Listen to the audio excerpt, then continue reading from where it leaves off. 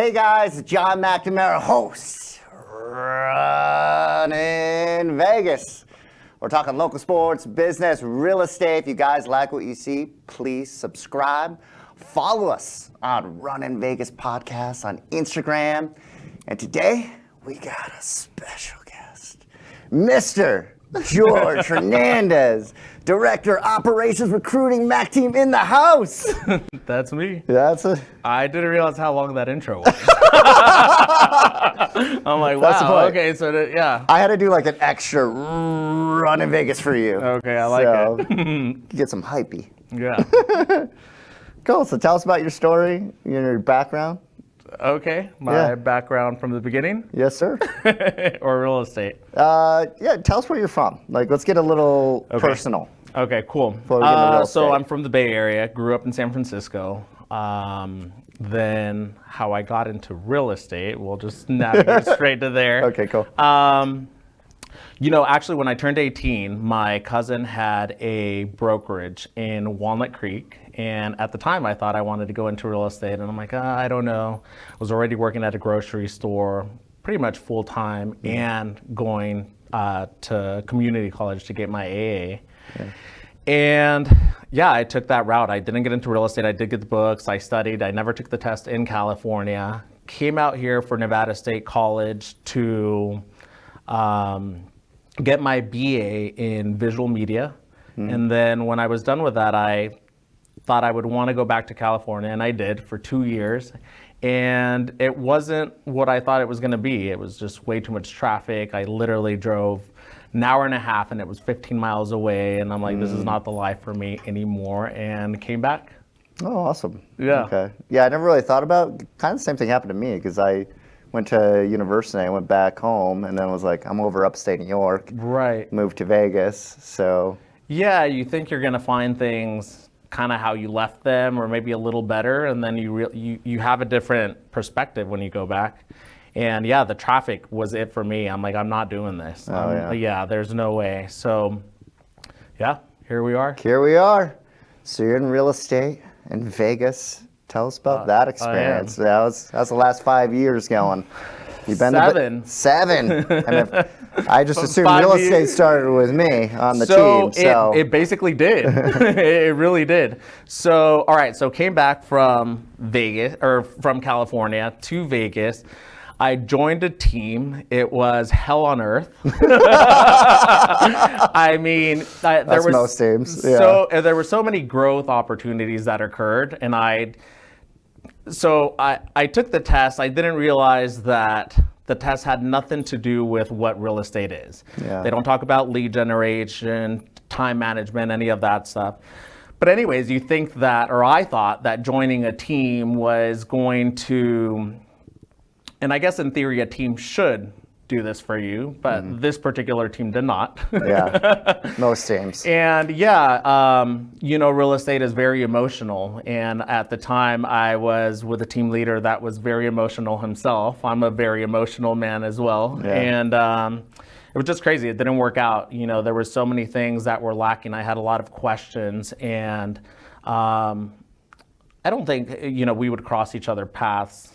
I was at Keller Williams at the time. Yeah. And that team didn't work out for me, but I did do Bold twice, which is a program that KW puts together, and I think it does set you with good foundations. Yeah. And Ignite. And then, left that team. I realized that I needed training, mentorship. I needed true guidance. If I were to do it again, or my advice, unsolicited advice to anybody that is getting into real estate and don't know what the hell they're doing, is make sure that you have a team leader that's closing at least 20 deals a year, so they know what the hell they're doing. Because I think that unfortunately in this industry, what happens is everybody wants to start a team because they think it's the next cool thing. And unfortunately, they don't have the leadership skills, they don't have the mentorship skills, they don't have the training, they don't have the systems, they lack so much. So long story short, that wasn't working. Did that, I realized, I'm like, hey, there's like systems need to occur.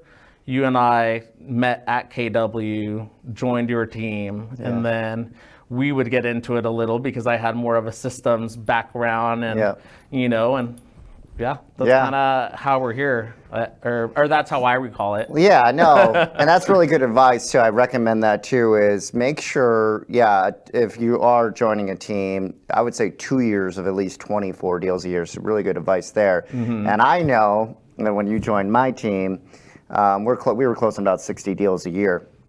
I lacked a lot of leadership skills when you joined. So I think, well, this is what was going through my head. I think this is what happens to a lot of top producers is they think, well, I'm really good at selling real estate. Right. So like, I'm going to crush it as a team leader.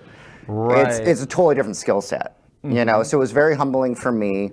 I had to learn a lot. I'm still learning a lot as a leader. And it took me like a good 5 years for anything, like producing, running a business, becoming a leader. It takes time to really figure out that role. And when it's just yourself, it's all about you and how great you are. And when you have a team, you are humbled very quickly because people don't care. They want results, they want mentorship, they want training. So you were really good for me because we're really good friends. And well, that made it difficult, us being friends. It did. But I think the difference, though, was because you were a really good friend of mine, I took it more to heart, if that makes sense. So I couldn't just be like, no, this kid doesn't know what he's doing.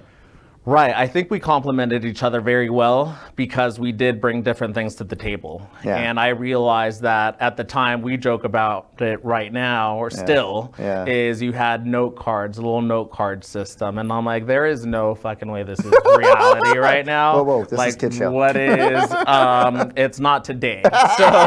So it just wasn't, I'm like, there has to be, like, what's the system? And I think that's where, like you crush it. Year after year, right? You've been doing it for so long, what, 20 years?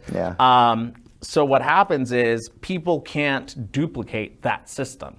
So there is follow-up system. There is, depending on who it is, it's calling expireds. And I think what you got me out of my shell with is I still, to this day, don't want to cold call, right? It's like, so now I'm cold calling for something different. So I have a different vision. But at the time, I didn't have a database here. I had to grow that very quickly. And it was through calling expireds. And that's how you've made a living. And then I realized, I'm like, I just got to call. I just got to get to this amount of people. And then COI will be there and referrals. Yeah, and that's a good point you bring up too. So if you're a new agent as well, Gary Keller talks about this, and you did a really good job of this, is building your database up to 2,000 to 3,000 people. Right. And I just remember you were cranking every day building that database. So that's a huge advantage to do. So kudos. Yeah, and I think also doing whatever's authentic to you. That's what I've learned in the last couple of years. It's hard when. So I guess right now my perception is if you were to look for a team, because I'm recruiting, so I'm kind of speaking in that way right now, and find a team leader that aligns with how you want to do business. Because I see so many people be discouraged because it's not the team leader way, and unfortunately that's the only way they do know. When I was going through, I shared this with you, I wasn't on your team at the time, Bold. It was, I was getting all this pushback with text message and direct message and social media. At the time, an agent that, shout out to Trish, and she was the only one that was doing social media. So she was the only one I could actually have conversations with here in Las Vegas to how to do that. And everyone's like, well, text doesn't count. You need a call. This is what a conversation should look like and sound like and whatever else I was hearing. And then Bold came up 2 years later, all of a sudden text messages were okay. It's cool now. So, you have to be aligned also with whoever, it is cool. And now there's people crushing it on social media. So somebody that you find alignment with the team leader as well in how they conduct business. Yeah, I think that's great advice because if it doesn't connect to you, like we talk about in the pod all the time, is figure out what aligns and makes sense for you. For me, it was just cold calling, prospecting, so I attached to that. But there's no right or wrong way to get business. Right. It's just whatever you're passionate about, it's going to be a lot easier to go out there every single day and get business. If you're not, and cold calling can be really difficult. And that was like, and you felt it in the beginning of our team, that's really all we could offer. Now we are, because of you, we are like a multi-versatile team where we can help folks, whatever if it's branding, social media, open houses. We have all the tools and information to help them get there. Yeah, it's beautiful because had I joined a team and we offered, or I was offered what we offer now, it would be completely different world. Because literally you can just plug and play right now, as opposed to before you kind of have to figure it out. Now that is one of the things I think the added value we have. Whatever pillar you want to choose, you can choose it and run with it and know that you're going to be successful. Absolutely. And shout out to Trish Williams, because of her. We started this podcast. Yeah. So can I give you a fun fact today? Sure. I feel like you're going to give me a fun fact anyway. Yeah, I know. You knew it was coming. Yeah. So I was thinking about today, and this podcast started February of last year. Okay. So today is the last episode of season 1. Oh, that's really Running cool. Vegas. Okay. So I'm glad you made season 1, man. Yeah, I made it. It took me a little bit, but yeah, here I am. Thank you for being on. Yeah, because definitely Trish has helped inspire this, but because of you inspired me, because I've been talking about doing a podcast for years. Yeah. And he's just like, one day, like, hey, you're going to do it. When are you going to start doing the podcast? And So that is the nature of our relationship. Yes. You don't have a lot of choices. No. Just like, when's the starting day? And I'm like, Yeah. Because it's nervous, dude. I'm introverted. I don't like doing podcasts. I don't So naturally guys, it was do... like this too with technology though. The CRM, Yeah. it was the Instagram, it was, I think that's why, again, we complement each other because we're completely different people. Oh, for sure, So, yeah. But yeah, when it comes together, it makes sense and it kind of balances out. Yeah. So. Well, thank you. Running Vegas is a big part of this guy. He's been behind the scenes for a long time, so I'm glad you're finally on. It sounds like you might be joining me for a couple more times on this podcast, so Yeah, we'll see how I do after this one, and I won't commit because then it's on video. Yeah. So yeah, we'll see about that one. Okay, cool, awesome. All right, so what other advice would you give to recruits out there? Somebody who's out there looking for a team, what advice would you give? That's a great question. Here's what I wish I would have been told. It's a little hypocritical though because I didn't know. I just took that leap and came back to Vegas and just started this trajectory we're on.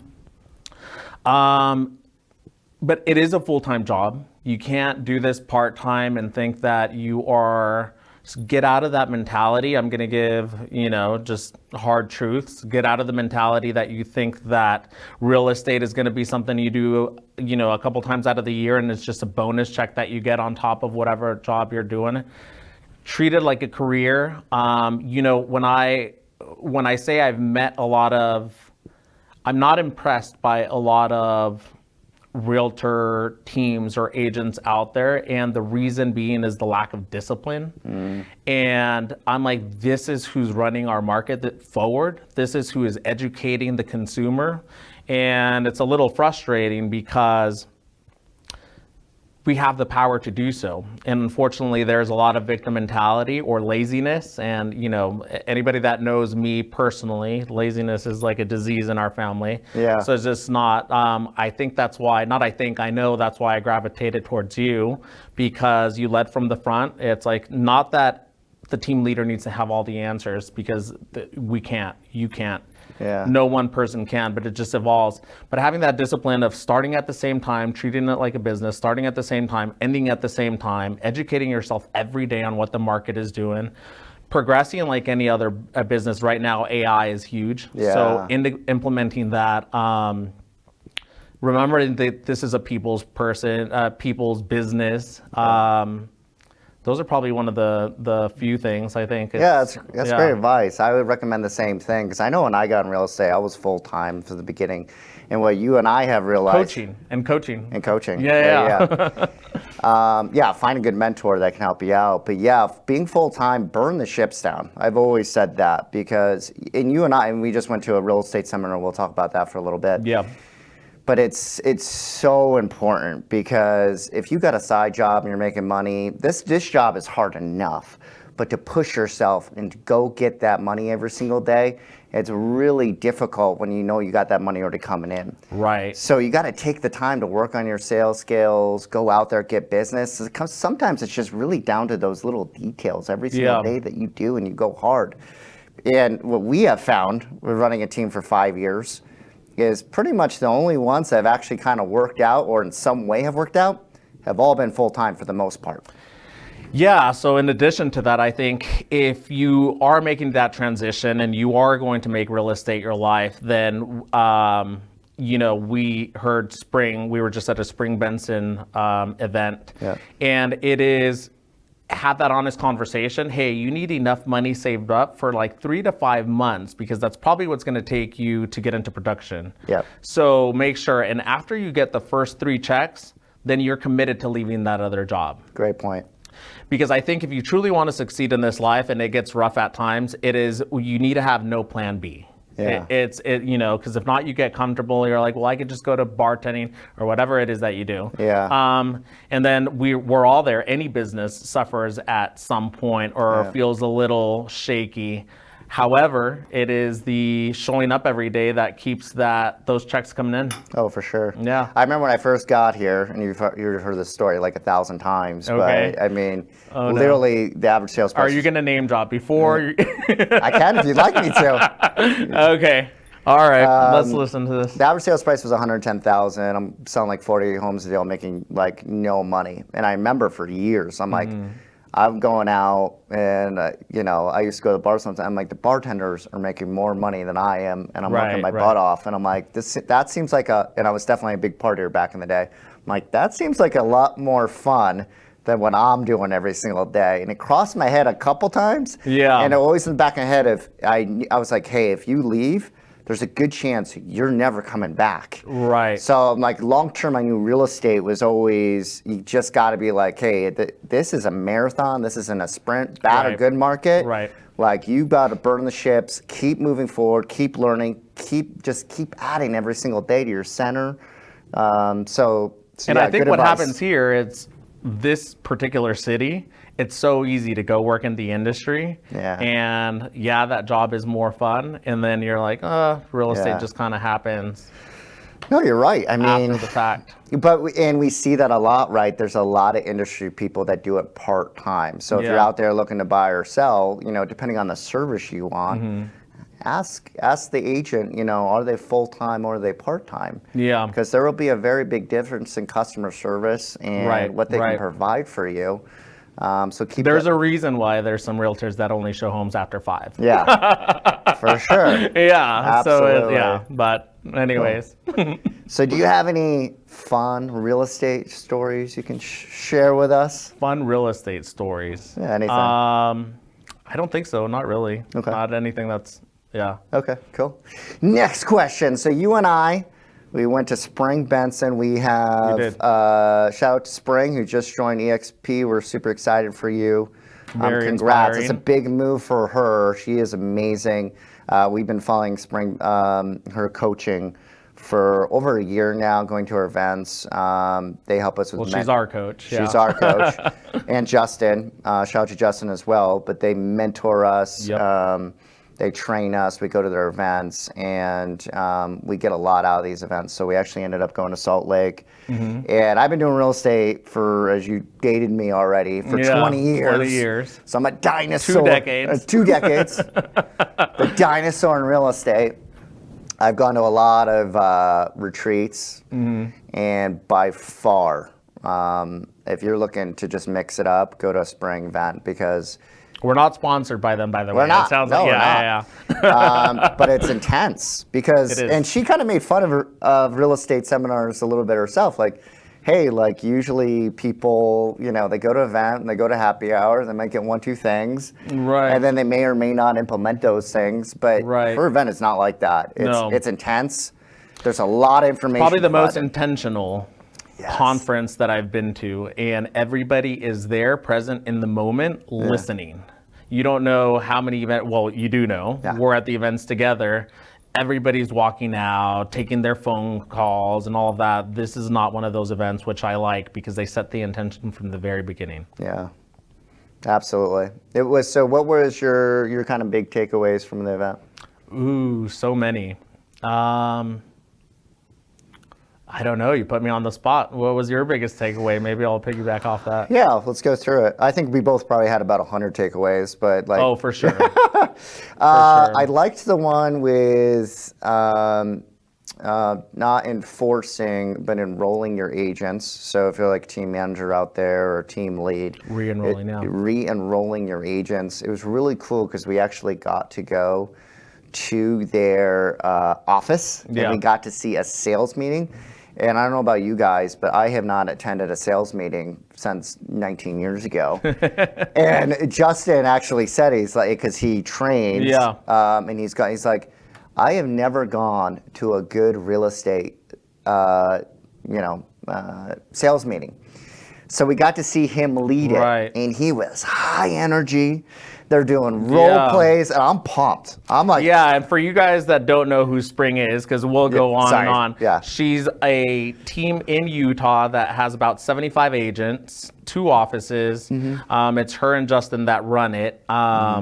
Just very inspiring. They are. Yeah, they do about 750 deals a year. So something cool about this team, Spring, which is inspiring to us because 4 years ago, she was doing 120 deals a year with 7 to 8 agents. In 4 years, she has like quadrupled her business. More than that, 750 deals. And we could see why though, just based on that behind the scenes event we went to this last week. Absolutely. Yeah. So we got a lot out of it. Yeah, high level of accountability. Talking about systems and operations, which is your specialty that you bring to the MAC team and you have developed. Thank you. Now we have CSU because of you as well. And it's having your agents present their business to you. So, and you're a big component about that if you want to talk a little bit more about that. Yeah, well, I'm a numbers guy, right? It's like we have to lead with profit. There were some things when we joined, I'm like, hey, these things aren't really truly making sense, and there's no way to gauge it unless we're tracking every single little thing.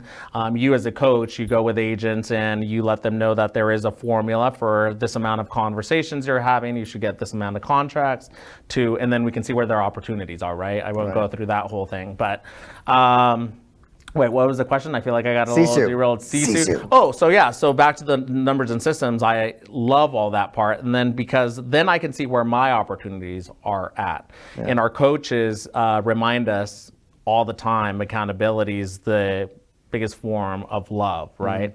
And that's something we have on our team.